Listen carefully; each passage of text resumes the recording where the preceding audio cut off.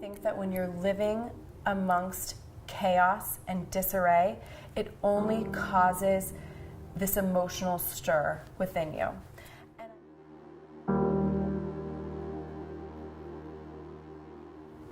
Hi, I'm Jackie Gunn, editor of LA Home Magazine, and today I'm with lifestyle expert Amy Suddleson. She's a mom, she's a friend, she's a very busy person, and we're extremely lucky to have her. Amy, LA Home readers want to know, how did you get into organizing? Do you want the long version or the short version? Let's do the long version. I think I've always been doing this as a little girl. When I think back, when I was 4 years old, I remember being put to sleep at night and lying in my bed, but sneaking out of bed at night to kind of straighten up my room before I could actually physically fall asleep. And I think I just found that my body was calmer and I was less anxious when I had things in order. So you've been doing organizing now for about how many years? I've been officially doing it for 6 years, and I'm registered with the National Association of Professional Organizers. But unofficially, I feel like I've been doing it my whole life.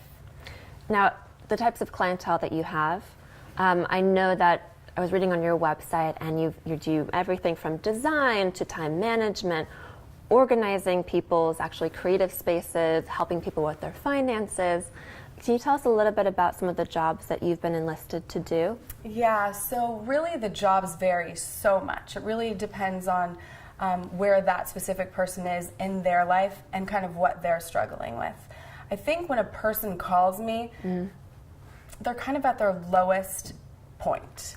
Very vulnerable. Yes, and a lot of times when I talk to them or when I meet them for the first time, a lot of them will actually say to me that they feel like they're standing in front of me naked. I work with a lot of people in the entertainment business who are busy managing their clients and taking care of everybody else. And I think you're right, they're neglecting, or they're not neglecting, but they feel like they're neglecting certain aspects of their home or their family's lives. So I will do anything from time management to coming into organizing a kitchen to better setting up a closet. I've done so many different things, whether it's paper management, and the list goes on. And I love it when I get a call from a client who says, "You'd be so proud of me. I took all the information you gave me and everything you taught me, and I just applied it to my daughter's room, and it looks beautiful. And I have 4 bags that I'm donating and 2 bags that I'm giving, to the local charity group and things like that." So it really makes them feel empowered that when you're living amongst chaos and disarray, it only causes this emotional stir within you.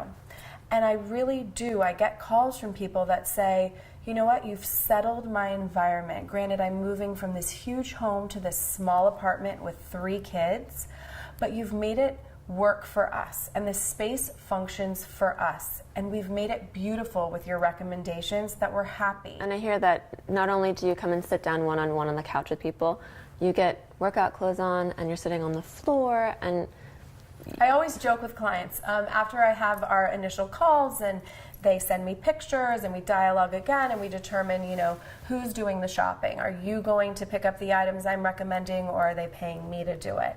And I always call them the night before or a few days before, and I warn them that I just want to remind you, I'm not showing up in dressy attire. I will be in workout clothes and in tennis shoes. I hope you will do the same. Have plenty of snacks, have lots of water, because we are working and we are moving. And I joke with people that they will get their money's worth because I work like a racehorse.